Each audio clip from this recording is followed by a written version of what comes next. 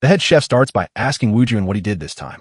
Wujuin straightens up, locks eyes with his boss, and proudly shows off his ratatouille dish. His boss gets annoyed that Wujuin swapped tomatoes and ratatouille for yuzu, but Wujuin stands his ground, convinced that yuzu and ratatouille are a perfect match. After that, the chef took a deep breath to calm his nerves. Then he tells Wuin to stop making weird things in the kitchen and go back to chopping vegetables, because his knife skills are truly unmatched. When he finishes, he tells Wuin to try harder next time. Immediately after, he asks who will be up next for their turn. But then, one of the workers suddenly shouts at the evaluator, calling him a rude fool. He warns that the evaluator must not dare speak to the sky demon that way, but should bow their head and beg for forgiveness. Wujuin thought back to how his old servants used to step in, realizing that his past cooking skills meant nothing in this new world. It turns out that in Wuin's past life, he was the heavenly demon king who ruled over many lands. But Wujuin admits that taking the Central Plains was never really his goal. Wujuin had cooked a plate of spicy peppers fried to perfection. He cooked the meal to thank the servant and show that he had conquered the plains because they were blocking his dream. The elders grew nervous seeing another strange dish from the celestial demon, only to learn that Wuin's dream was to become the greatest chef in the Central Plains. Born in 2011, just after his parents died in a gate accident, the young boy was taken in by his friend's parents, who, despite already having their own child, welcomed him as one of their own. Soon after, his father who raised him was killed in an accident involving the gates. That event hit Wujuin hard and made him remember his past life. In the kitchen, Wujuin realizes something is wrong and remembers that he finally left the martial arts world behind to cook. Wujuin thinks to himself that his moment has finally arrived as he starts cooking another dish. But not everyone in this world enjoys Wujuin's food. Wujuin feels confused as he remembers that the elders from his past life loved his cooking so much that one of them even fainted. Now the hero is busy sautéing sausages and veggies in the pan. His adopted brother, Shinho, has finally made it back home.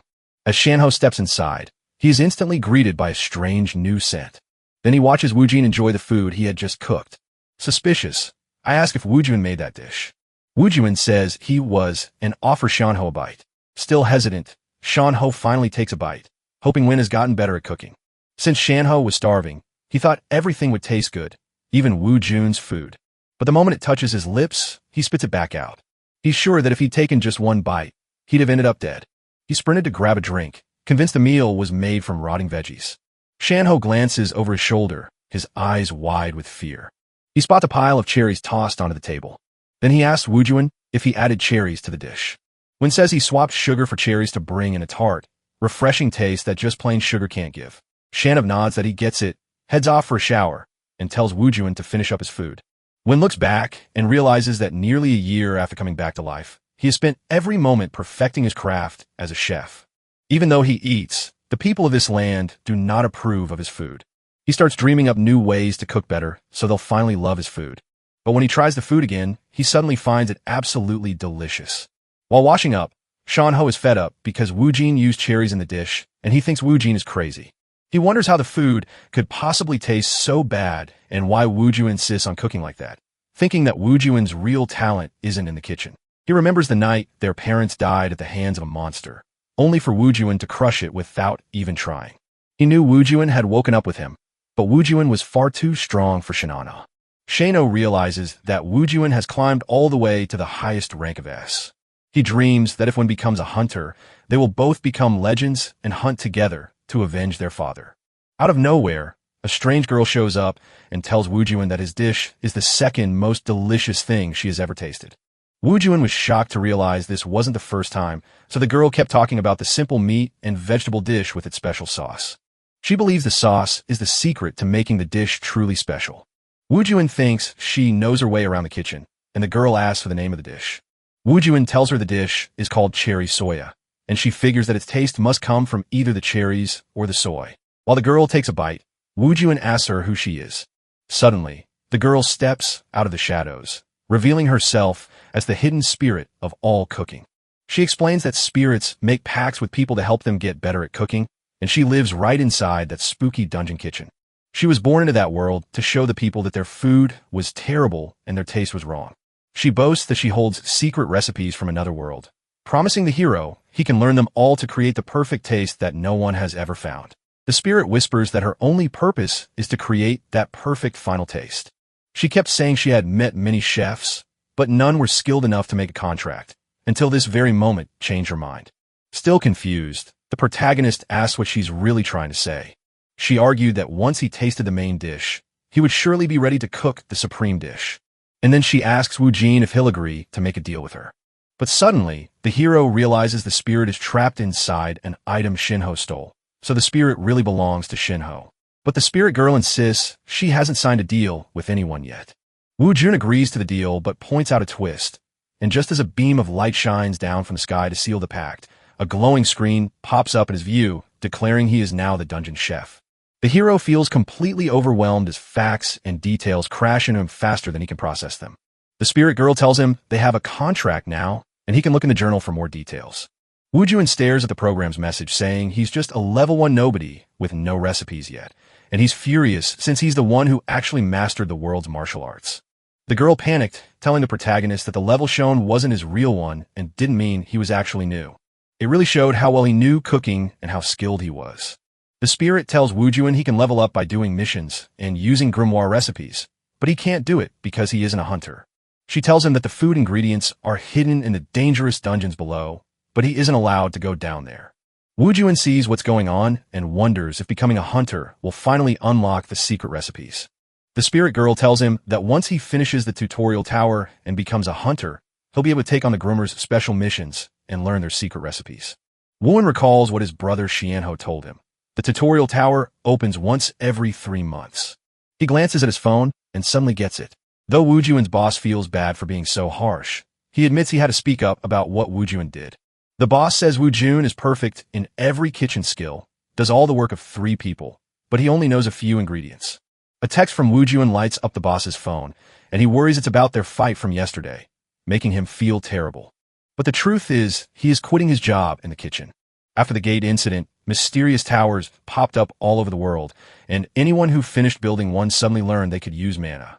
Every time someone walks into the towers, their inside shapes shift, and many new tests suddenly begin.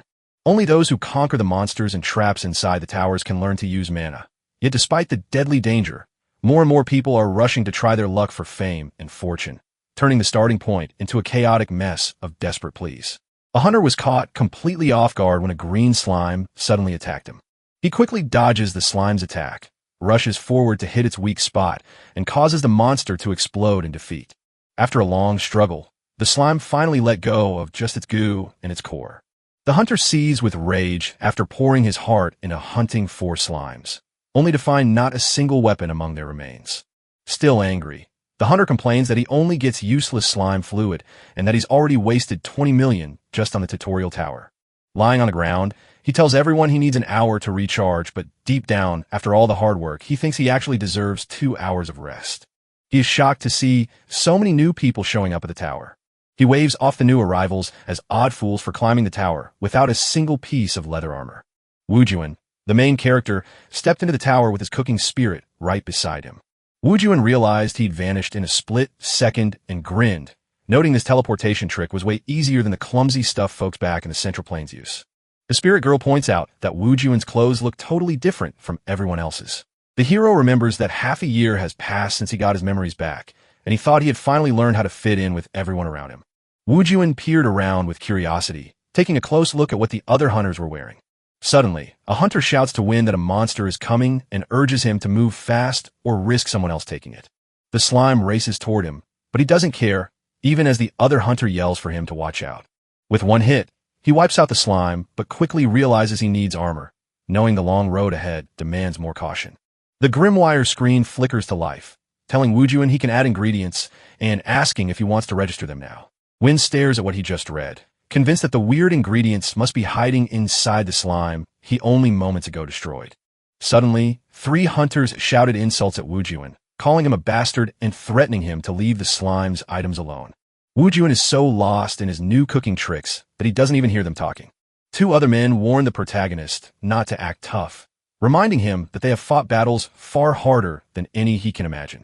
The spirit girl grows nervous, warning them they've drawn the wrong kind of attention and telling Wuin to throw the slime's loot away. Wuin feels the tension rising, so he grabs a sword lying on the ground. As he gets into position, Wuin thinks back to how chaotic the Central Plains were before he even got there. While holding his ground, he says this is his perfect chance to scale the tower. The three hunters quickly found their spots and stayed wide awake. One of them remarks that Wuin looks like she's ready to throw down. He keeps on saying that while they can get help if they get hurt, getting hurt means they won't be able to climb the tower. One hunter wants to run because they have no weapons, but their leader refuses and orders them to charge straight at Wuin. They warn Wuin that holding a sword doesn't make him special, especially since he is still surrounded by all three of them. The hero stood tall and calm, refusing to flinch even as the hunters closed in.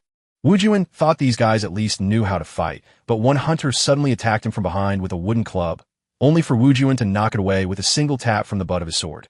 Wuin knocks the man down and takes his weapon, but a frustrated hunter charges at him next. Wuin easily sidesteps the strike without even trying. The protagonist grabs the hunter's own weapon and throws him back, leaving the terrified man frozen in fear as Wuin closes in. Wuin swings his wooden club and strikes the hunter down with one powerful hit, putting an end to the fight. The spirit girl is stunned by how the hero moves. Wuin muttered that if they were in the Central Plains, he would have snapped those hunters' necks right then and there. With that, he keeps moving forward, thinking he has to obey the rules of this world. Wuin asks if he's the only one who can see the grimoire screen, but the girl says everyone can see what's on each other's screens. When Wuin asks if he can add ingredients to the grimoire, the girl says yes, even since he's not an official hunter. Wuin didn't even pause. He immediately tapped yes on the pop-up window. The protagonist stared in shock at the screen, which flashed a message saying the slime fluid had been officially recorded. He thinks all his stolen goods are listed there, so he starts checking each one carefully. He reaches a screen displaying a recipe for slime pudding and its ingredients, only to find he isn't allowed to see it. She tells him one more time that he still can't see the recipe.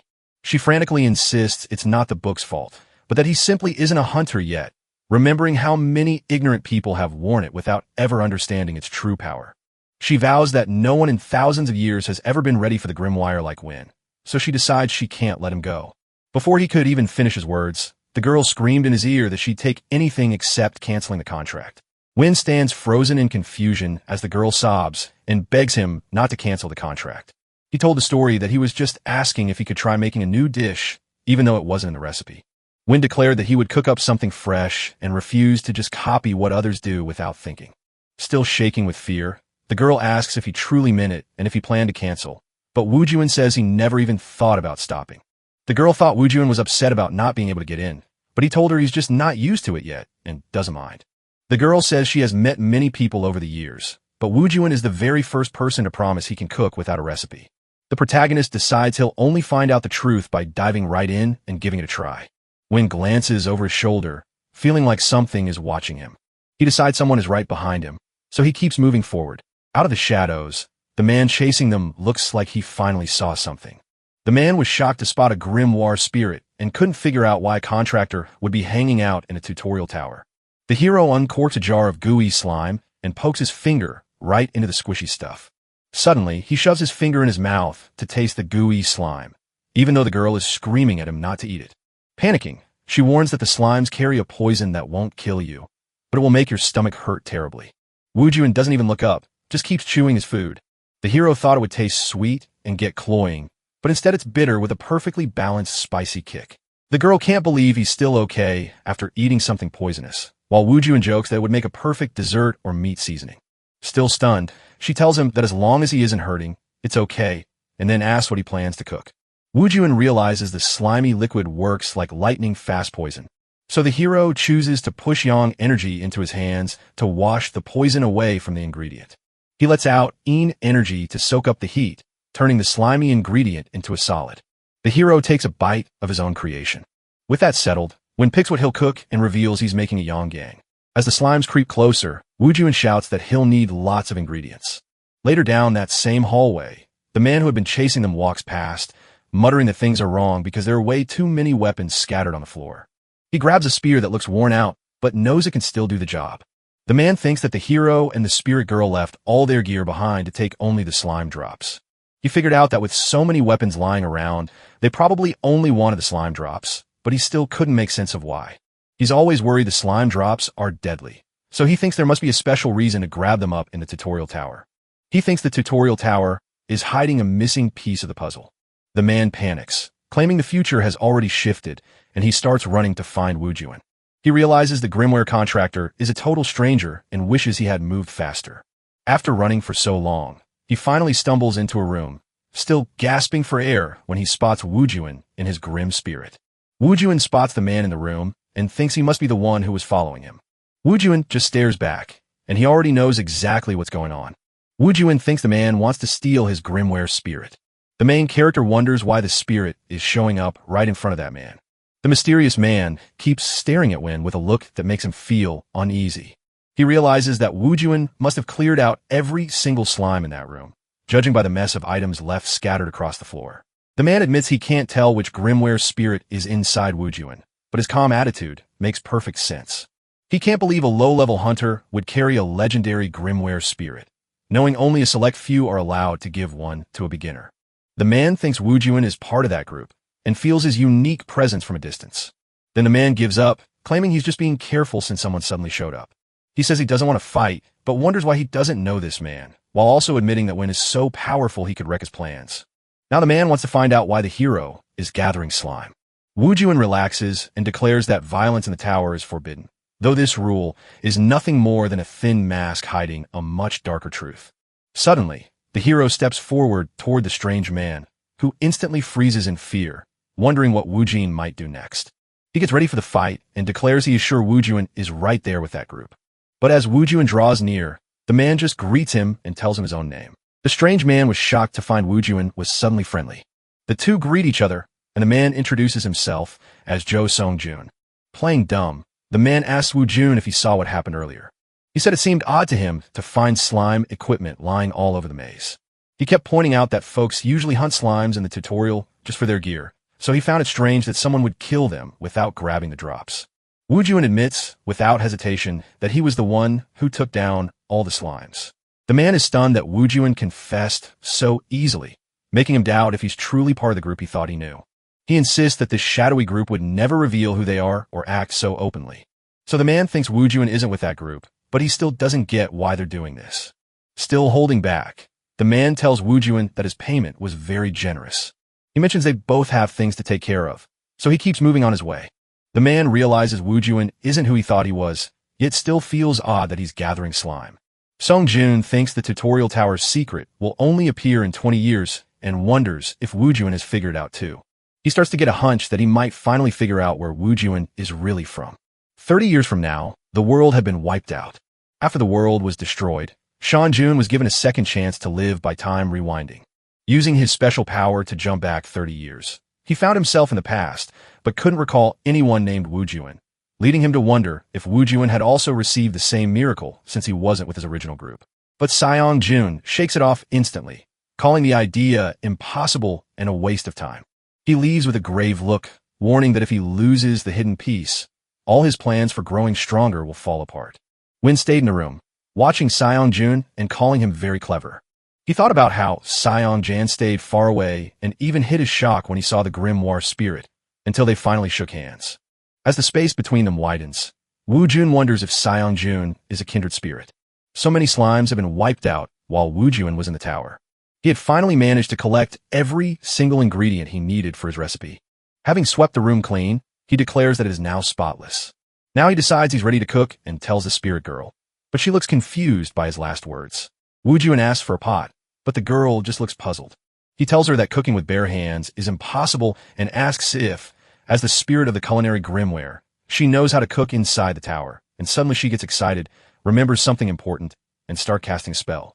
Suddenly, she pulls a pot out of thin air and boasts that she can conjure any cooking tool she needs whenever she wants. Wuin mentions he'll need a spatula and a square mold, but asks that the spatula be made of silicone if possible. Now the hero stands ready to cook up a feast. He announces he's going to cook a dish called yokan, which is the perfect way to use up all the slime items he gathered in the tower. The slime core was glowing so bright that Wuin decided to use its strange texture for something different. He says that as long as the inside stays separate from the slimy fluid, he can make designs with it. As he cuts the slime core, he sees it's rubbery and decides to slice it up separately to use like tapioca pearls. He then chooses to boil the slime fluid to wash the toxins away. Then, he carefully pours the gooey slime into the mold. As the edges of the liquid dry, he slips the sliced slime core into the mold. He points out that the gooey stuff melted inside the pot is the real secret. Then he says that when the slimy fluid gets cold enough, it can be used as a broth. After pouring the liquid over the mixture, Wuin stirs the dish with a spatula to create unique patterns that change its texture and taste. Then he freezes it to cool everything down. Next, he turns a mold to pull the yolken out. And with that, he finishes cooking his new dish, slime yolken.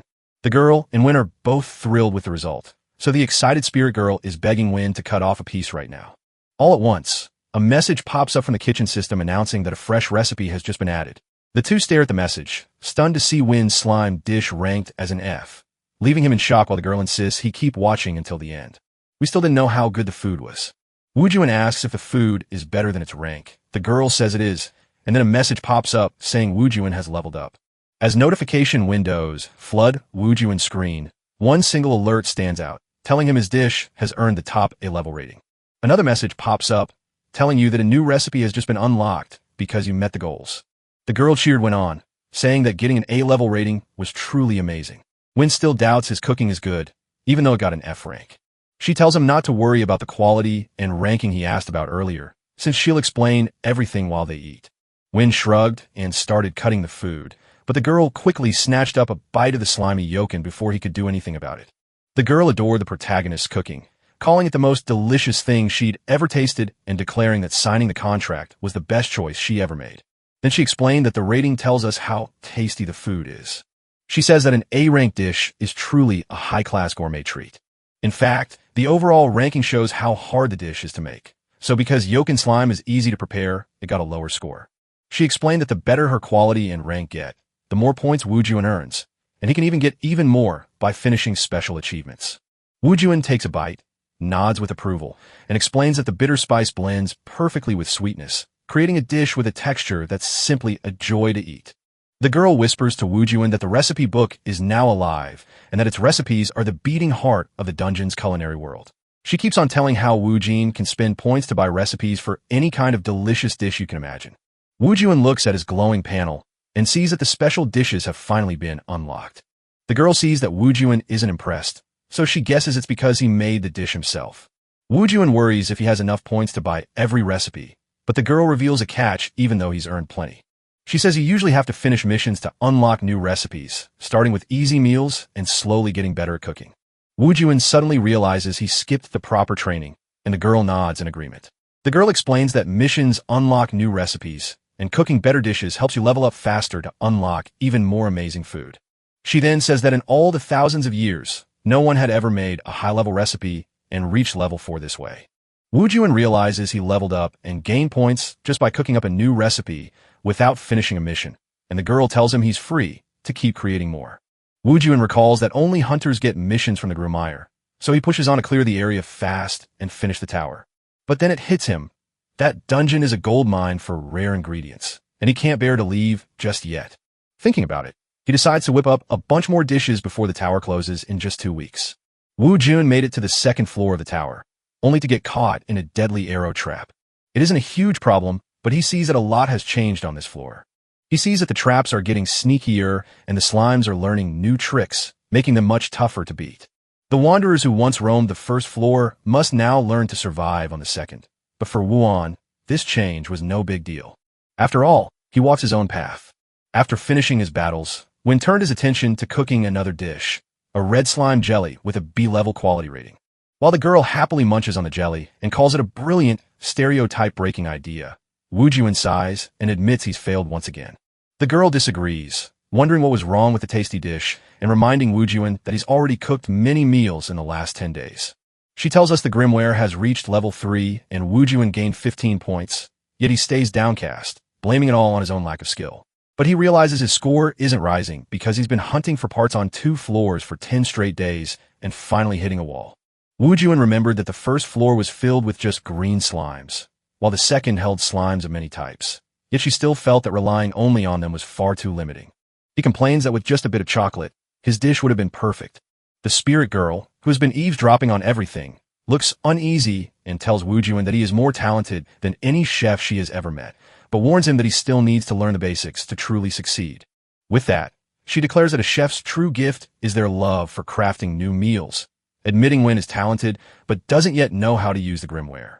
In the end, She insists that one should focus on mastering the recipes he already knows before trying to invent new ones. Wujuin thinks back to the girl's words, admits she's right, and decides to start over by asking what they should do next. He stumbles upon a strange recipe for king slime ice cream, gets intrigued by the name, decides to try making it, checks the ingredients, realizes he's never seen a king slime in this tower, and starts wondering if he should just leave. Just as he's about to move, he discovers the king's slime hiding on the tower's 3rd floor. He cheers with relief, knowing he's found the stairs to the 3rd floor and that everything is going his way. Wujuin and the spirit girl start climbing to the 3rd floor to hunt the king's slime. 10 days after Wujuin stepped through the portal, the city of Su is buzzing with reporters crowding around the strange opening. That was the day when anyone who made it to the 3rd floor could step through the portal. 2 onlookers watch the crowd and say that since everyone has already joined a guild, they're just sitting around waiting for one of them to fail. They wonder who will step through the portal first, and suddenly, someone does. Baka, the leader's first daughter from the Chainik Guild, steps out into view. A swarm of reporters went wild, begging to chat with the amazing rookie and pleading to know if she'd team up with her dad. She acts like she's too good for any unplanned interview and orders them to move out of the way. One watching man calls it unfair, while the other asks why. The same man says it's unfair because she's beautiful, rich, and talented, and asks them to watch for someone they can hire. One says no one would climb that high just to join our small guild, but the other insists there are always exceptions. The man in glasses grumbles that they're stuck waiting 4 more days, even though the top talent leaves on the 10th and the 13th is their final shot to find someone worth it. He says the people who leave on the 14th day are just the ones who gave up, so you should keep waiting for them to show up. Inside the tower, Wujuin is still battling the slimes. Wujuin notes that the top floor looks completely different from the lower 2 floors. He points out that while the 1st and 2nd floors are like a maze, the 3rd floor is split into separate rooms. Suddenly, he sees a doorway he has never seen before and guesses it leads to a special room. Wujuin walks up to a strange door and steps through it, finding himself suddenly in a forest full of trees and plants. He stares in awe as the tower seems to hold its own vast forest within its walls. The spirit girl isn't sure if they've finally left the tower and stepped outside. Wuin says the world outside doesn't feel right because he sees slimes coming right at him. Deeper inside, he spots a shrine to a slime, but his cooking system suddenly beeps, revealing a rare ingredient that needs 20 points just to unlock its secret recipe. Wujuin is now sure the king slime is right there, so he gives the mission the green light. He says the system has even more handy tricks than he first realized. Wuin feels someone standing right behind him. Jan stands there, fresh and ready, having just arrived on the scene. Seong-jun says he arrived later than he hoped, and he still suspects Wujuin showed up alone just to find some hidden piece. Wujuin smiles and tells him that Seong-jun has made it to the 3rd floor. Shang-jun insists on finishing the tutorial tower all the way through since it can only be done once, and he praises Wuan for getting this far too. Wujuin claims he must secure something in the room, and right then, Jan knows he's right. Seong-jun thinks that Wujuin is chasing the same hidden piece he is looking for. He claims he's worn out from a long trip and just needs a break, but he's actually watching Wujuin closely. The spirit girl asks Wujuin if he's summoning the Slime King right now, but he says no because he doesn't have enough ingredients and needs to hunt more slimes first. Shang-jun, watching from the shadows, realizes Wujuin is hunting up slimes to try and bring the Slime King to life. The screen tells you that to call the king, Wujuin must gather 200 slime fluids and 200 slime cores. With just 4 days until the tower shuts down, Seong-jun plans to keep an eye on Wujuin and then sees the boss's attention the moment the deadline hits. 12 days after stepping through the portal, Wujuin is out hunting slimes. While Wujuin easily clears away the slimes and gathers a huge pile of loot, Seong-jun stays in the shadows, watching every single thing Wujuin does. Even as Wuin wipes out every slime in the forest, he knows someone is still watching him. The cycle keeps going until the 13th day finally comes around. On the 14th day, Sang-jun realizes the tower will shut its doors tomorrow. He knows this is his final shot to grab that mysterious piece from the tutorial tower before the portal closes for another 3 months. Seong-jun watches Wuin keep gathering slime treasures, realizing he must already know the secret to summoning the Slime King. Seong-jun watches Wujuin eat the poison and thinks the guy is just pretending to stall before he calls the boss. He guesses the grimoire can turn monsters into food, which would be a lifesaver for surviving in dungeons. He quickly shakes off those useless thoughts and looks for a way to hunt down the boss without Wujuin seeing it coming. Seong-jun watched in silence, noting that for the past 4 days, Wujuin vanished for anywhere from half an hour to 2 hours, leaving his return as unpredictable as a gamble with no better option. Thinking about it, he wonders if he can beat the boss and grab the secret piece within just 30 minutes. He knows that waiting means missing out, so with everything he needs ready, he calls the boss in right away. The moment Wujuin steps away, Jun rushes in to call the boss. He stands at the altar and carefully lays out every slime item he needs. He waits nervously for the boss to call him, but feeling still uneasy, a bright light from the sky suddenly fills the altar and the Slime King shows up in an instant. A slimy black blob wearing a shiny crown. It starts its strike by bouncing off the ground and wiping out everything around it. The cloud of dust swirling through the air makes June lose her sense of direction. Right then, the Slime King fires its very first attack straight at Jun. Wu Jun, who is walking off on his own, suddenly stops dead, which makes the spirit girl feel very strange. He looks grave and insists he must go back to the altar right away. The fight is heating up, and just as the Slime King swings wildly at Jun, he nimbly slips out of the way with ease. Jun readies himself, charges ahead, and drives his spear into the slime. With one strike, he tears through the slime's chest, and the beast winces in pain. Jun believes his attack is finally taking effect. He thinks back to how it's been 6 months since he came back from the future, and admits that just knowing what's going to happen isn't enough to survive it. Suddenly, the Slime King turns red with fury. Jin watches in awe as his careful prep work saves the world, and he effortlessly dodges the slime attacks. Then, with a sudden jump, he lands on the slime and vows not to rest for a moment.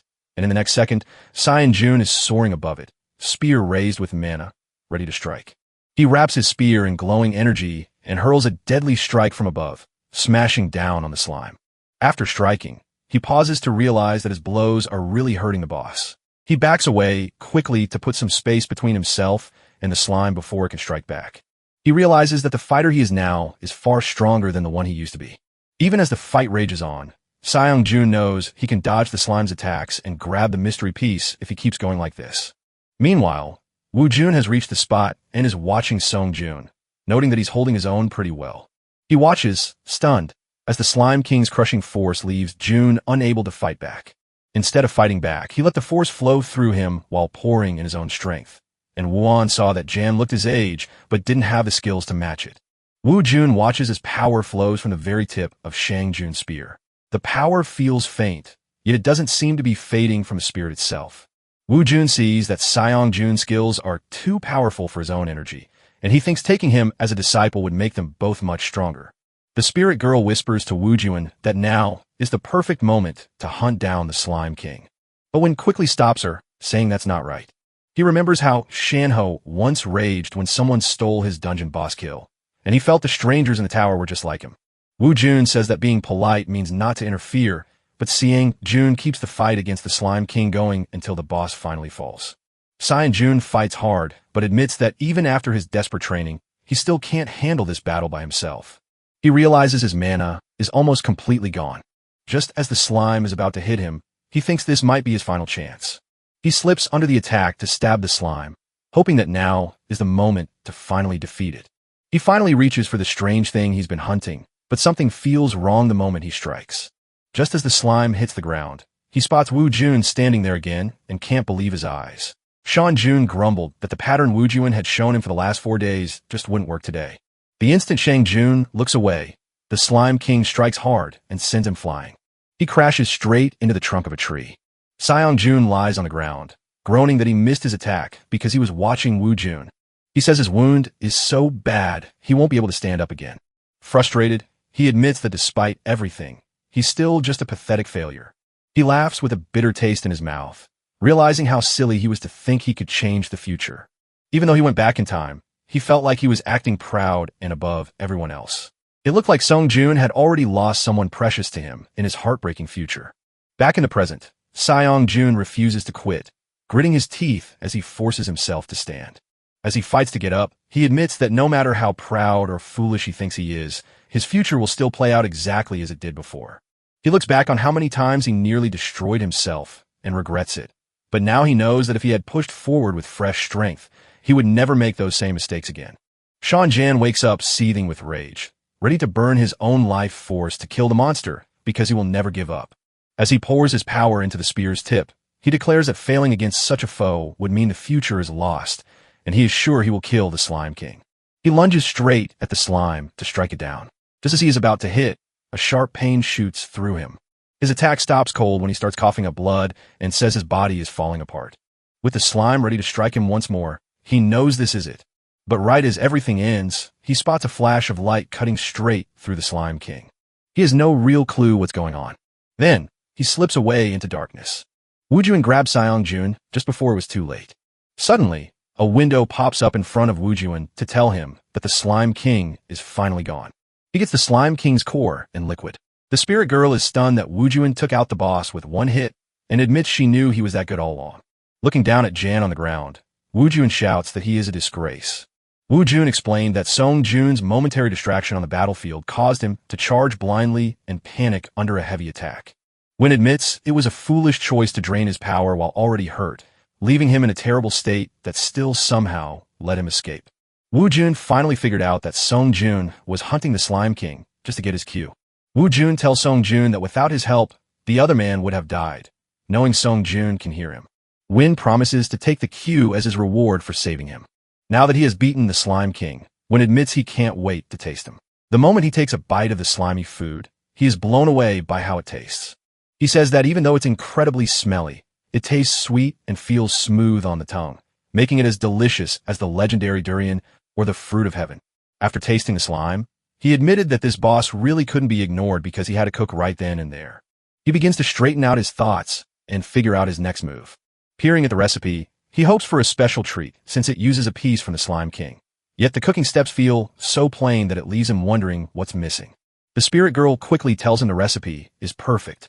After hearing that, Wuin promises to follow the instructions if she insists, so he starts by boiling the slimy fluid to make it sweet, then freezes the cubes to crush them into a powder later. He wraps the slime cube in his black abyss technique. Once engulfed by the dark aura, the cube shatters and grinds down, making Wujuin realize that while this martial art was made for that exact purpose, it has hurt far too many people on the Central Plains. Then he drops the crushed cubes back into the liquid. Then he starts stirring it all together with a spatula. He sees that the slime gets wonderfully gooey when he mixes in the ground fluid, and he says this amazing trick works for every slime recipe. He realizes his old trick of melting the cubes is gone and thinks that how you cook changes how long your food lasts. He enjoys every bite until the Slime King ice cream is done, and his system declares it an A+ masterpiece with top-tier quality. Wuin's system buzzes to tell him he's earned new experience, unlocked a ton of achievements, and shot his level up. Once the cooking is done, he shouts that the meal is ready for them to taste, and the spirit girl agrees. Right as they're about to take a bite of ice cream, a groan comes from somewhere. Seongjun finally opened his eyes and woke up. After he wakes up, he asks how long he's been out cold. Seongjun thought to himself that his man wasn't fully healed yet, so he had to wake up way earlier than planned. He shouts that his entire body burns like fire, and while broken ribs ache, he can still move. He spots Wujuin right in front of him, doing something that looks strange. Seongjun insists he wasn't wrong, remembering that Wujuin crushed the Slime King right before Sean lost consciousness. He spots that Wuin is gripping the mysterious piece in his hands. Jan admits he was too careless. And so Wujuin took that one-of-a-kind secret piece from the tutorial tower, a treasure that would never show up again. Jan sighs at his failed plans and thinks about hiding the piece, even considering sneaking up on Wujuin while he's busy fighting the slime. He thinks about the chances Wujuin cost him, but shakes it off and reminds himself that there are still good things left to find. He decides that since Wujuin won't give up the secret piece willingly, he'll have to grab it by force. Right then, he pulls every bit of strength he has left to stand up and reach for the piece he doesn't know is waiting for him. Just as he's about to act, Wujuin offers him a scoop of ice cream, leaving Seongjun stunned and speechless with confusion. Wuin tells him he needs a rest too, since he must be very tired. Seongjun thanked him, but couldn't help wondering why Wujuin would share anything with him. He sees this as a golden chance, and jumps right in to make the most of it. He doesn't get why Wujuin is giving him this, but he figures it's okay as long as they don't end up killing each other in the tutorial tower. The moment he takes a bite, his mind feels like it bursts open. He doubts if Wujuin is really a cooking contractor and shudders at the terrifying taste before him. He wonders if this strange thing is truly food or just something to be eaten. He doesn't get why the grimoire spirit can eat that since it isn't human, but this guy is human and somehow managed to eat it anyway. He keeps eating, figuring that since this is the last bite, he should swallow it now to make sure he stays safe later. He digs another spoonful of ice cream, telling himself to power through and keep going. The moment he takes a bite of the Slime King ice cream, a system window pops up to tell him he's now charged with pure slime power and that his mana has jumped by 5. He's completely shocked, saying he's never heard that unknown pieces could boost his power. He figured out that the grimoire makes you stronger by giving you special food. Then Wujuin shouts at Songjun, who is still totally confused. He asks if Wujuin enjoyed the meal, and Jun thinks that since the ingredients were monsters, the chef must have done his very best to make it safe. Then he admitted it was truly delicious. Wuan asks him if he is really serious. After that, Jun thanks Wuin for pulling him out of danger. As his eyes meet Wujuin's, a strange feeling washes over him. He knows for sure he has to run right now. He is certain that if he doesn't run right now, Wuan will force him to eat another one of those dishes. Jun quickly thanked him again for saving his life and sharing his food. But just as he is done, Wujuin chimes in to say he has even more dishes waiting for him to try. Jun bolts away, shouting that he can't burden his savior anymore and thanking him for everything before he runs. Wujuin watched him go and called it shameful, but the spirit girl agreed that he truly knew how to appreciate the chef's cooking, since he was the only person in the whole world who did. Wujuin whispers that maybe their paths will cross once more. Jim tells us that tomorrow will be their final day in the tower, and that we must hurry to gather more ingredients, because in the city of SCU, the portal to the tutorial will shut in just 2 hours. Suddenly, Wuin steps through the portal with the spirit girl right beside him, and she says how wonderful it feels to finally breathe the fresh air again after all that time trapped inside. Wuin says it's time to go back, and the girl nods in agreement. After climbing the tutorial tower, Wujuin gets a system message telling him he's now a hunter and finally unlocking his status window and inventory. Wujuin is shocked by what he reads in the inventory screens, but then he feels someone standing right behind him and quickly grabs what looks like a spirit. He radiates such powerful energy that the ghost hovering near him is instantly scared and forced to back away. He looks stern and asks what it is. The scared girl asks the chef to stop being so nervous. Suddenly, another window pops up asking Wujuin if he wants to check how to use the inventory and status window. He ponders what might come if he says no. After giving it some thought, he finally decides to say yes. Suddenly, the spirit slips into his body, and Wujuin finds the experience utterly fascinating. He quickly learns that he can simply think to open his status and inventory windows, letting him check his stats and move items around as much as he wants. They showed off the daily quest that ask him to cook inside a dungeon and serve meals to another person. Wujuin says this is way easier than he thought, and the spirit girl nods to confirm those are just the daily missions. Wujuin thinks cooking isn't the problem since he does all the time, but serving others is the real issue, and if things get worse, he'll force Shinho to eat the dish, just as a voice suddenly calls out, scolding the brat for daring to enter the portal without saying hello first.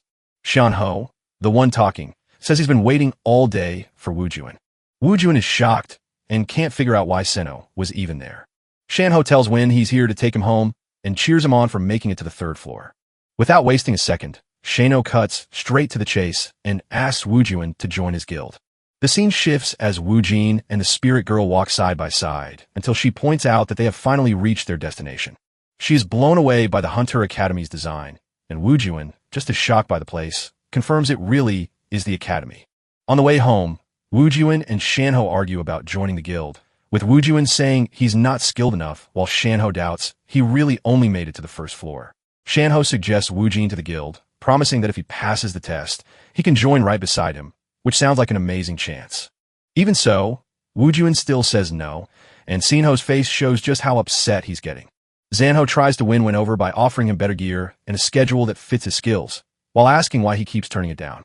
Wujuin replies that this is exactly why he's saying no, which makes everyone around him furious.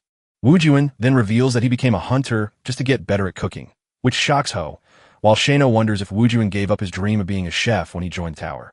Wujuin stands his ground and says he'd never do that. Shinho shouts that Wujuin will have to regret this move if he keeps acting like this.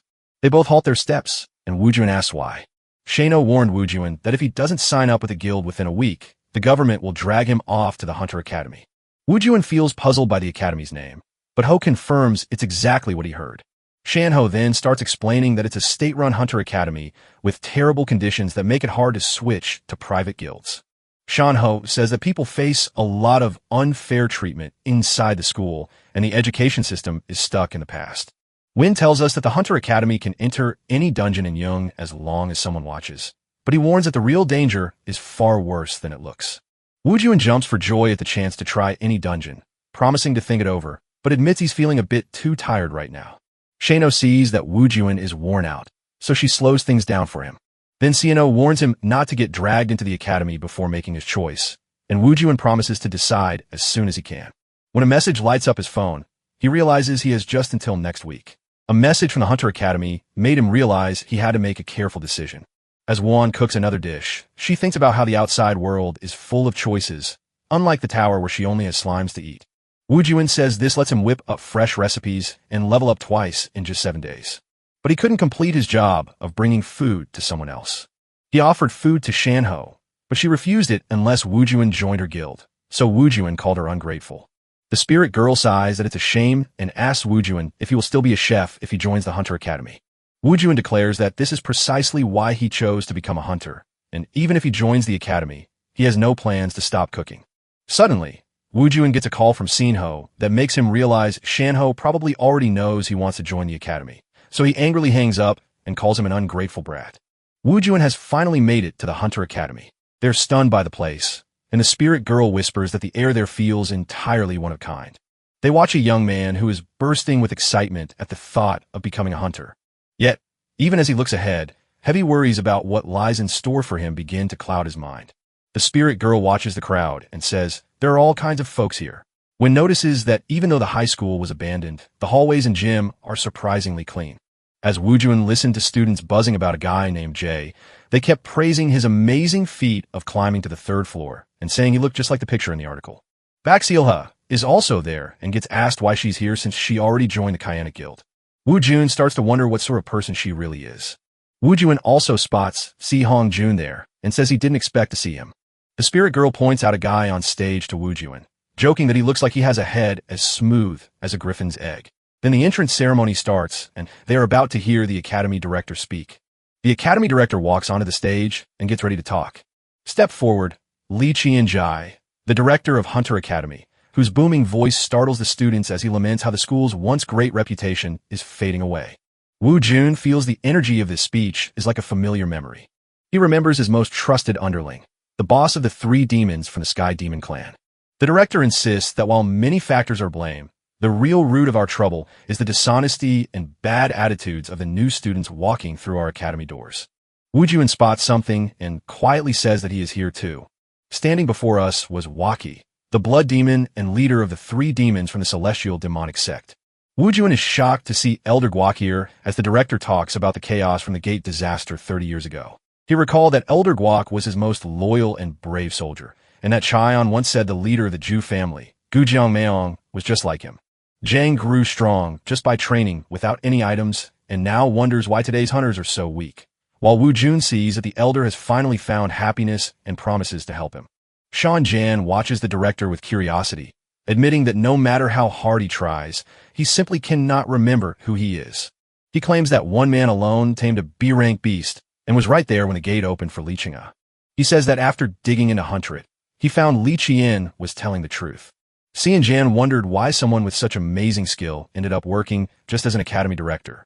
Shan Jan realized that before the regression, the academy director hadn't been Lai Che Yongji, and he would never forget such a basic fact. Seeing June, he realized he had to discover the other changes his regression brought about, which is exactly why he arrived at the academy. He looked dead serious and said this was only the start. He vows to find out why he regressed, just as a teacher suddenly begins hitting a dummy with his students to show how to score points. He wraps things up by saying the whole thing was just a test to check how well the students are doing, and he'll explain the academy's rules once it's all over. The teacher keeps talking about how people with weapons can practice with the ones on the left, then asks if anyone has any questions. A girl lifts her hand and asks why they have to do it 5 times when just once should be enough. The teacher says this test measures how long you can keep your strongest power going. Then another student wonders just how high the vice director's score has ever climbed. The teacher then mentions he's a B-rank hunter and suggests using that as a guide to make things easier. He then tells everyone to form a line and step forward if there are no more questions so they can move on. The first girl strikes first and lands a hit worth 302 points. Another boy lands his first hit and rakes in 272 points. A young man charged at the mannequin and nailed a score of 403 points. Wu Juin watches the others talk about the scoring rules and the new tricks, knowing he already gets it, but feeling let down by how poor their skills are. The spirit girl spotted a familiar face, and the very next person to step up for the test was Jun. Wu thought to himself that Jan had come back and held back his power out of worry for him, leaving him to wonder what kind of move Jun would make now. Wu Jun figured that with the fighting skills he'd already shown, he'd probably rack up about 19,000 points. Seong Jun hits the mannequin and scores a total of 97 points. Wu Jun finally noticed that he'd been holding back because he had already spent all his energy powering his spear in the tower. Wu Jun kept boasting about the amazing score that beat all the past ones, yet he couldn't help but wonder why Sang Jun was hiding his true strength. Others said, it's finally her turn. Then it was Baxiel's turn, and she was already racing toward the mannequin. Everyone wondered how many points Baxiel would score.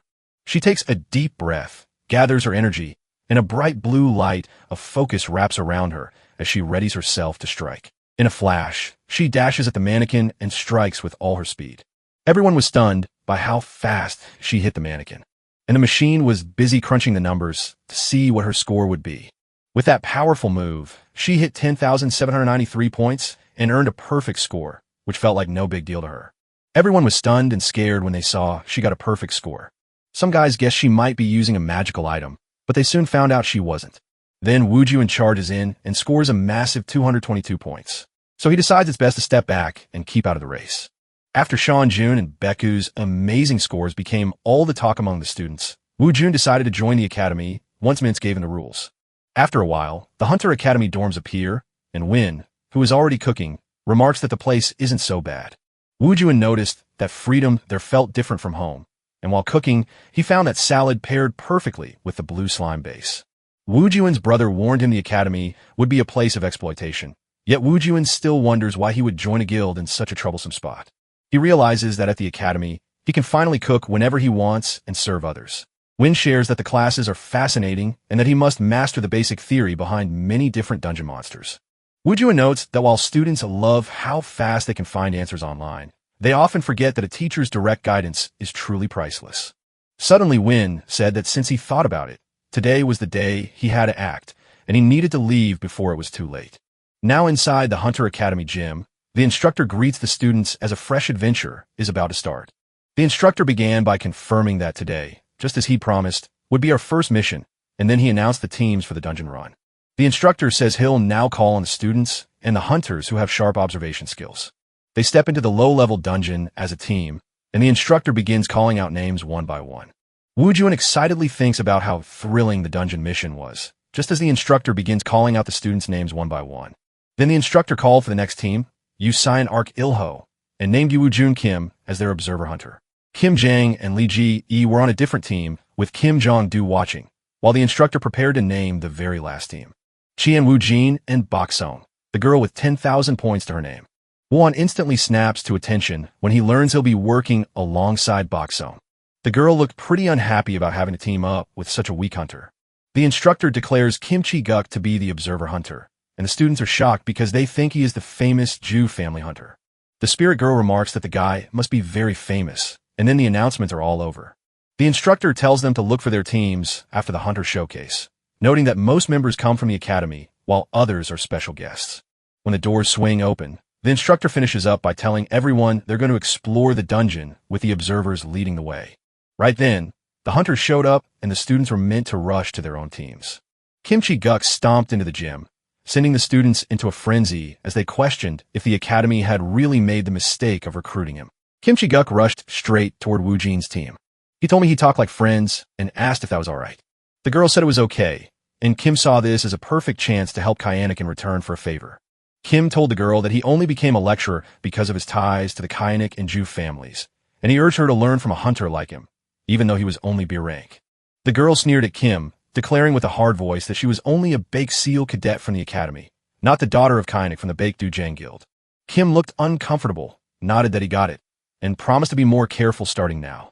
A spirit girl who had been watching in the shadows muttered that this guy was being really annoying and didn't respect them at all. Wu Jun stayed silent and just kept on watching. Kim pulled out his phone and showed his two teammates the list of training-only dungeons he had just checked. Bake was shocked by the place they'd been sent to and couldn't believe they were actually going there. Kim nodded grimly, locking eyes with us as we stepped toward the dark, deadly Killer Bee dungeon. They reached Nangaroo Station at the entrance to the Killer Bee dungeon, where Kim explained that even though it looked like a lovely park, hunters stayed away because it was officially marked as dangerous. The reason was that the killer bees were dangerous and scary monsters. Baek believed the dungeon was far too risky for Wuin to enter. She recalled that Wujuin had barely passed the test and wasn't very good with a sword. She stepped up to Wujin and warned that the killer bee dungeon was too risky, urging him to talk to Hunter Chook instead. Before anything else, Kim said that as a B-rank hunter, he could handle them all by himself, but he was still trying to remember the other participants' names. Wujuin made his introduction, and the two exchanged pleasantries, with Kim noting that since Wujuin had passed through the tower, he must have the ability to protect himself and shouldn't be underestimated. Wuan didn't say a word, just listening quietly as they talked.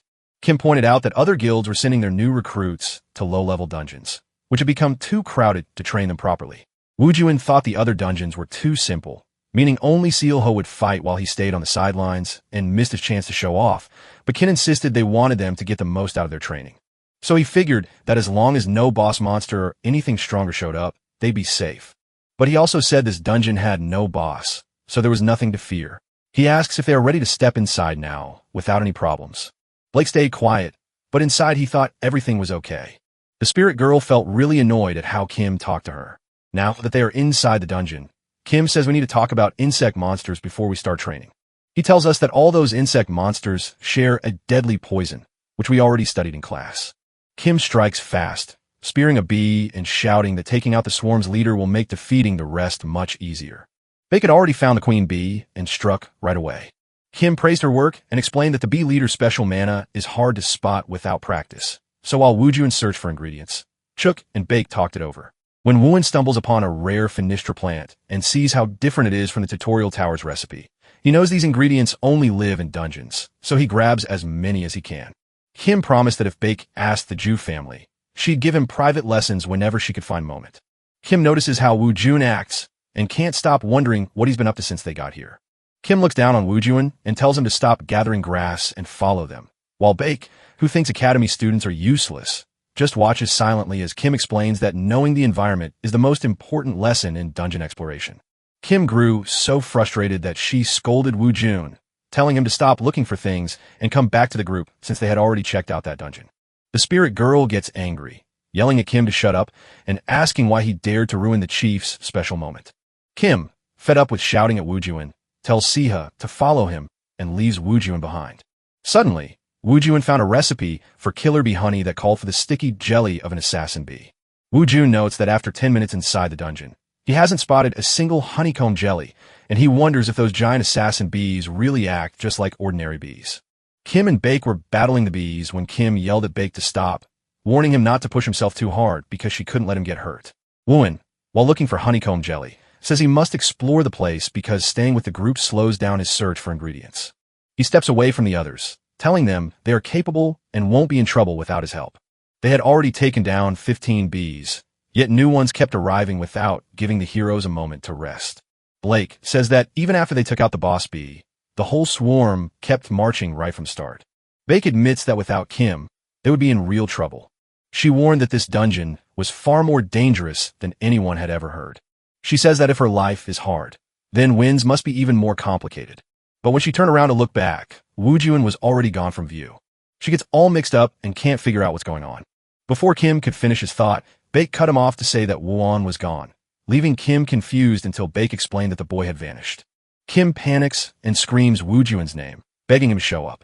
Kim snaps under the pressure, shouting that Wujuin is an idiot for just gathering grass while they were out hunting, admitting he never really liked him. All of a sudden, the two of them hear a noise so loud it sounds like thunder. Kim shakes his head as the world blurs, while Baek winces in pain from the deafening noise that isn't the buzzing of assassin bees, just as a red window suddenly pops up above them. The two panicked, completely lost, and unable to figure out what was happening. The warning said the queen bee, furious about the intruder in her nest, had finally shown herself. A swarm of bees launched a fierce, united strike. As Wujin chopped down the trees, he admitted that walking away from that place was the right move and that he could easily find all the ingredients he needed on his own. He whispered that the faint, sweet smell he'd noticed before was growing stronger, and that even more precious treasures must be waiting just ahead. While sniffing the air, Wujin spots something strange waiting along the path. The spirit girl, who had fallen behind, asks where Win is going and insists they stick together. As they keep walking, they stumble upon a huge cave. The spirit girl wonders why they missed it, and Wujuin says it was hidden deep inside the dungeon. Wujuin thought that if he hadn't trained his nose to track honey, he never would have found this hidden cave where almost no one ever comes. Walking through the dark cave, he whispers that they may have finally found where that sweet smell comes from. The spirit girl is blown away when she finds a huge beehive and decides to call it the honey mine. Wujuin is stunned by the huge honey rocks and can't wait to taste them to see what they're really like. The moment Wujuin touches the rock, a warning pops up in front of them. Wujuin spins around to find the warning flashing that the queen bee is furious because someone invaded her home. A loud noise echoes after the announcement shows up, making Wujuin think it's coming from outside the cave. Chigik and Bake are sprinting away while Chigik shouts that he never saw this mess coming. He complains that if he'd seen this coming, he would have brought a tracker from the academy. Chup feels a chill run down his spine, realizing that if he escapes the dungeon without taking a katatai, all his hard work to be seen as part of the Jew family will mean nothing. They want to split up to search faster out of desperate need. But the instructor says it won't help at all. While handling the bees, the instructor warns that if she were to vanish, they'd be in way deeper trouble. The instructor then tells Bake that in a spot like this, splitting up is way too dangerous. Bake nods to his words, but then the instructor yells for them to stop and hide. They stop making a sound and wait in silence until the strange noise from up ahead reveals the C-rank boss, the queen bee. The instructor suddenly panics and shouts that this has to be a boss. But how can a boss be hiding in a simple F-rank dungeon where none should exist? He points out that taking down a C-rank boss with brand new cat hunters is impossible. So he says you need at least 3 B-rank hunters to make it work. He goes into a panic, realizing that the dungeon will seal shut in 6 hours since the boss showed up, leaving him with just 2 choices: run for his life or face death. The instructor hopes that solving this puzzle will earn him a reward from Chi ACH, so he takes a deep breath to steady his nerves. They thought the boss hadn't noticed them yet and planned to slip away, but then they realized the queen bee had already smelled them out. Before they can even move, the queen bee is already hovering right over them. Then, without warning, it launches its fierce attack from the sky. As Chigik orders Beck to fall back, the instructor spots a way to use the tall trees as cover so they can stay hidden from enemy sight. As he fights for his life, he tells Beck to get back and get ready, promising she'll have time to do it. Chuck is stunned as the swarm of bees tears through the trees with no trouble at all. He whispers that it's far stronger than he thought, so he'll have to pull out his secret trick, the spiral spear's first move. He then rushes forward, driving his spear into the enemy with a flurry of violent strikes. After that vicious attack, the instructor sees his hard work only crack the bee shell and screams at Beck to run. Bake wants to run away, but the instructor tells her to go while he stands there to distract the bee. But then Bake returns, reminding her that her father said never to turn your back on an enemy, so she declares she will join the fight too. The instructor snaps and shouts that she's missing the point, warning her that this is a C-rank enemy and to brace for what comes next, just as the bee darts back with a blistering speed that he barely manages to dodge.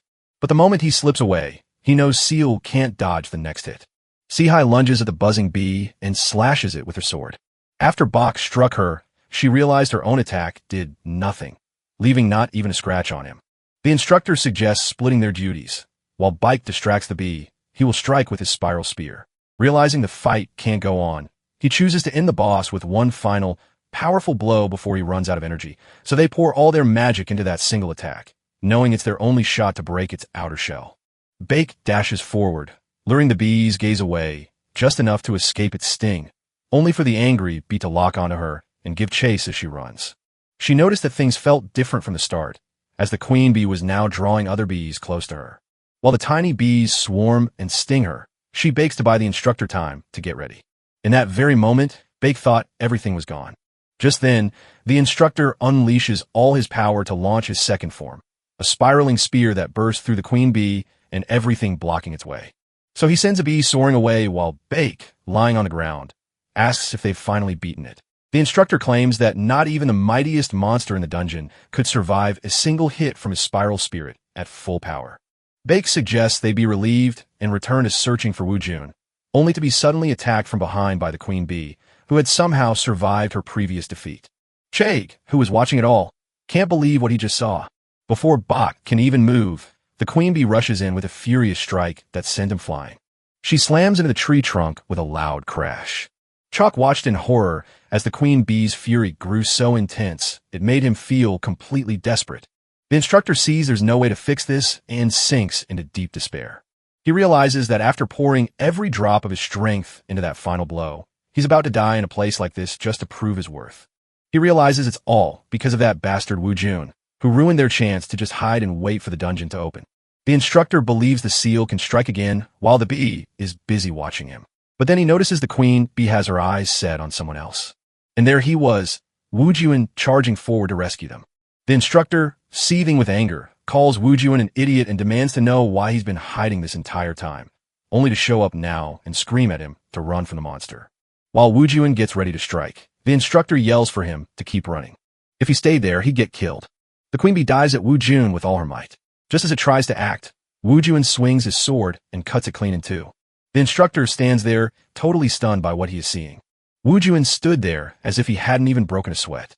Lying on the ground, the instructor stares in shock at Wuin's shocking act of slicing the queen bee right in half. He would have considered Wujun to be nobody. The instructor asked himself if he had been too scared when he thought he was going to die. After weighing the risk, he knew the queen bee held enough power to kill him, yet Wuin had destroyed her completely. The instructor looks back on what he did to Wujun and suddenly realizes he's in deep trouble. As he walks toward Wujun to talk, fear takes over and he loses control, wondering exactly how that happened. But Wujun just walks right past him and keeps on going. After realizing he needs to look out for Bake, the instructor walks over to her. He notices she's still out cold but safe, and her magic flows normally through her. Checkup spots when clutching a beehive and wonders if he's gone off to find it. He notices that Wujun has an inventory too, wonders who gave it to him, and decides he must learn more about this person if they are one of his close friends. He figured that Wujun must have already taken out everyone on the third floor of the tower, because that was the only thing that made sense. The instructor keeps wondering why Wujun chose the academy over a guild, and he can't stop asking himself who the guy really is. Then a bad smell hits him, and he wonders what Wujun is up to. The instructor steps up to Wujun and asks him what his name is. He sees that Wujun has prepared something and asks what it is. The instructor wonders if Wujun used magic to make that thing, or if its strange smell is what scares monsters away. He figured Wujun used the bees from the hive in the dish, but couldn't guess why mushrooms were added, assuming they were just weeds. He realized that the dish Wujun had prepared was intended to kill the queen bee, but since she was already dead, there was no point in doing it. But just then, Wujun hands a slice of his new dish to Chek, leaving him speechless as a cold sweat breaks over him, realizing Wujun was truly trying to cook for him. Chad believes Wujun holds a grudge against him and is making him eat something to make him feel sick. Chad stares at the bee cut in half on the ground and tells himself it hurts his stomach less than getting bitten while eating, and he's sure he won't die from swallowing it. The moment he takes a bite of the cake, a terrible feeling washes over him, making it seem like death is coming right now. He described the food as awful, saying the honeycomb was mushy and the mushrooms were so slick it felt like larvae were crawling in his mouth. Ched can't believe the dish tastes bitter instead of sweet like it should, so he wonders what Wujun added to the recipe. Even though he's still upset, Chegik thinks Wujun has finally gotten his revenge. Before anything else, Wuin leans in to ask him how the dish tasted. Chikuk, eyes glistening with tears, whispers that the food is truly delicious. Suddenly, a glowing window pops up telling him he's gained poison resistance, and his body is now filled with fresh energy. Chuck figured out that the dish made him tougher against poison, so he guessed the secret was the special ingredient for monsters. He watches Wujun and can't stop wondering just who the man really is, while Wujun carefully checks the details of his dish. He mentions that Chegik was truly surprised by how much he appreciated the meal. He also notes that Chegik has a surprisingly excellent palate, and while many rewards await in his system, Wujun confirms that adding the queen bee's gland was a great choice because its spicy acidity balanced the jelly's sweetness to create a deeper flavor. The spirit girl takes a bite and says this dish has all 5 basic tastes, making it the perfect meal. Wujun realizes his daily tasks are done, so he sets off to hunt for more ingredients. But then, Bake suddenly wakes up from his faint and jumps right to his feet. She insists she truly blacked out right after the queen bee attacked her. Seeing the queen bee defeated, she thinks Chuck must have done it and feels even more impressed, while the disgusted Chuck spots that Bake is waking up. The instructor decides to share a taste of the dish with Bake, knowing his own immunity to the poison had grown stronger after eating it. He hands her the dish, urging her to eat and recover her strength, and tells her that Wujun made it. She thanks him for the meal and is about to take a bite, while Chayak and Wuin eagerly wait to see how she enjoys it. As she chews, Chalk asks how the food tastes. After she swallowed the bite, she gasped that it was amazing and she'd never tasted anything like it before. Chad grows more puzzled and wonders what on earth she just said. When Bake was little, she struggled to taste anything at all. Her father, eager to help, tracked down a magical food from a dungeon to restore her appetite, but sadly, she still couldn't taste a single bite. Her father sank into deep sorrow as she apologized for being unable to taste anything, no matter how hard he tried. She told him it was okay and that he could skip the food to taste something much better. But after tasting Wuin's dish, Baek admits it's the first time she's ever felt like this. She says that even though her dad spent a fortune trying to fix everything, she hasn't felt anything like this in 20 years. Chuck believes Baek thinks her taste is gone because she's been so shocked by everything. Baek tells Chuck that her tongue feels numb from the strange taste, leaving him completely confused. Outside the dungeon, a huge crowd of Academy students and reporters has gathered. News has spread that a boss who had been asleep for 5 years has suddenly woken up inside the dungeon. A man walks toward the portal's entrance. That man is Bak's dad and the boss of the Chien Guild. He asks his secretary if his daughter is safe, and she reassures him that she will be just fine because she is his daughter. A reporter leans in to ask the father how he feels knowing his daughter is stuck deep inside the dungeon. The secretary snaps at the reporter. How dare he ask such a rude question? So the reporter quickly turns off his recorder as he realizes the situation has become too delicate to continue. Baek's father was furious with the reporter's bad attitude, yelling that he was an insolent fool and a worthless one. The secretary stepped in to tell the guild leader to calm down, whispering that so many eyes were watching and that he had to think about how the whole group looked. Suddenly, the barrier around the portal vanished, and it looked like someone was stepping right out of it. The secretary and guild leader stared right at the glowing portal. As the guild leader stepped closer, Sayila, Kim, Chayak, and Wu Jin stepped through the portal, all three safe and sound. The guild leader hugged his daughter and called it a miracle, while the amazed crowd realized the item in Chalk's hand was proof that he and 2 students had defeated a powerful C-rank boss. The weapons and treasures are sorted into 5 tiers: common, rare, unique, epic, and legendary. Chuck thought that in Korea, people with legendary treasures were so rare you could count them on one hand, making this item incredibly valuable. But the crowd soon grew excited, turning to Chuck to ask how he beat a C-rank boss and what kind of monster that assassin really was. People kept asking him how he kept the students safe, but he was totally puzzled as to why they were questioning him about it. One guy recording the scene said, "Chegg totally took down that C-rank monster by himself." Chegg stood speechless, staring at Wu Jun with no idea what to say. The academy's headmaster worried that if the school didn't do well, he might lose his job. But after learning Chegg had beaten a C-rank monster, he realized Chuck was the mastermind behind it, proving Chuck was far more skilled than he first appeared. And once the dungeon shut, rumors spread that nations around the world were now eyeing that same C-rank boss. Many comments praised the Ju family's prestige for sharing the news, but Chuck admitted he wouldn't have survived without the students' help, leaving some users to question his claim that he defeated a C-rank boss alone at his current level. He decided Chuck had been unbelievably lucky and felt really glad he had hired him. Then he saw his door swing open, showing the 3 dungeon survivors who had become the Academy's heroes. The director called the 3 of them in for a chat, but Chuck felt pretty humbled by all the nice things being said about him. The director called them not just to promise a bonus, but to hear exactly what went down inside the dungeon. Chigik started by saying, just like in his report, that he would have had a really hard time without Wuin and Bax helping him out. Chuck tried to stay calm, and at first thought it was just another Afro dungeon. Then he began to tell the story of what happened inside. Wu Jun listened, but he looked utterly bored. After listening to all of it, the director felt that things were really strange. Chigak kept talking, saying he was there to help them clear the dungeon this time, but they needed to get ready for whatever strange things might come next. The director felt a strange sense of familiarity when he looked at the student named Wu Jun. He noted that Wu Jun's energy felt familiar and recalled how he'd been recommending strange food to students. Then the director suddenly realized Wu Jun was the real leader. The director's face showed he was shocked, and right away someone asked him what was wrong. Chuck looked puzzled and asked if something was wrong. After calming down, the director told everyone he'd said his piece and that it was time to rest. But he was still totally stunned to see the sect leader right there. As they walked away, Baek cheered for everyone's brave work in the dungeon, while Chayak gently urged her to stop by the hospital to check on herself and share her story later. Chegg told Wuin to move on, promising he'd be right behind him. But just as Chegik was about to go, Wu Jun called out and asked him to stay. Chup froze in terror, fearing Wu Jun would finally spill the truth now that all the news reports were out. He truly believed this terrible thing might happen. Even though Wu Jun stayed quiet before the reporters and didn't care about the boss's trophy, Chuck couldn't guess what he was about to say. All Wu Jun cared about was swapping phone numbers with Chikuk, which left him totally speechless. Wujuin asked for Chigik's number so he could bring him another dish next time.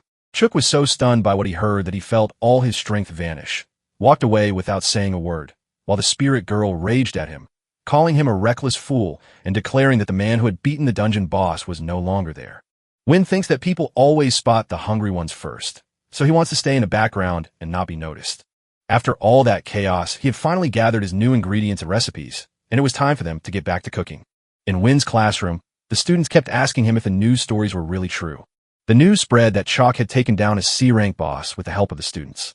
Wujuin's friends couldn't stop asking him about seeing a C-rank monster with his own eyes and meeting his teammates. Wuin thought that for the first time, Bacon Cheek had helped him finish his daily missions, and now he was just wondering who he'd let taste his food. Professor Kim Jong-do steps into the classroom to call for order and remind everyone to sit down, while Wujun quietly wonders who will get to eat his food today. The professor tells us he'll talk while we watch the exercises on screen, starting with Hansen.